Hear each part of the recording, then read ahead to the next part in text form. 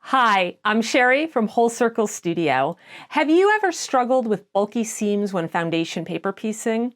A seam roller and a hot iron, along with a few tips and tricks, can make foundation paper piecing so much more enjoyable. Today, I'm going to show you how to take your seams from bulky and uneven to flat and flawless. Let's get into it. For most of my foundation paper pieced blocks, I use a seam roller to press along the way before joining on the next section. Occasionally, I'll get some fabric that doesn't want to lay flat, and that's when I pull out my bigger tool, my iron that gets really hot. I'll include a link below to my favorite iron. I really love this mini iron for foundation paper piecing. I find it's easier to have control over it and it heats up really fast. I also like using a wool pressing mat. One of the ways to achieve flatter seams is to press from both sides of your fabric, but that's impossible to do in foundation paper piecing when the paper is still attached to your fabric. Never ever press the paper side of your block. Spoiler alert, the ink on your paper will transfer to your iron, making a huge mess. When you press your fabric on a wool pressing mat, the heat is absorbed into the wool, so it's essentially like pressing from both sides of the fabric.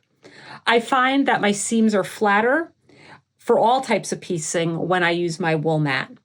I'll include links below to my favorite wool pressing mat, as well as a blog post I did all about wool pressing mats. Another way to get really flat seams is to use a wooden tailor's clapper with your iron and your pressing mat. Sometimes it takes a little bit of extra muscle to get these seams to lay flat. Much like the wool pressing mat, the heat from your iron is absorbed into the wood, trapping the heat and then transferring it back into the fabric. When using a clapper, I first give the block a good press with my hot iron.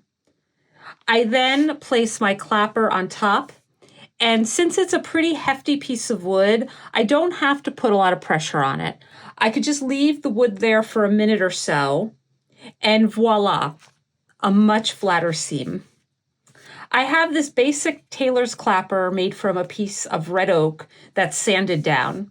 I have one here that measures approximately 11 inches by 3 inches by 2 inches for longer seams. And I have a smaller one that measures 4 by 2 by 2 for shorter seams. The edges are eased and the wood is left natural, with the idea being that you don't want anything like a sealer or stain transferring to your fabric or interfering with the heat transfer process. If you want to give it a try, but don't want to make your own clapper, I'll include some links to clappers below. It's really important to press along the way while foundation paper piecing, but keep in mind that these pieces won't lay perfectly flat since you still have paper in the block taking up space.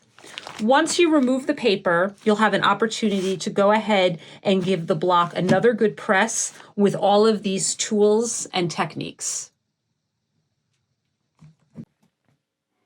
Thanks for watching, and don't miss out on more tips and tricks to make your quilting and stitching easier. Be sure to hit the subscribe button and follow the link below to explore more of my tutorials.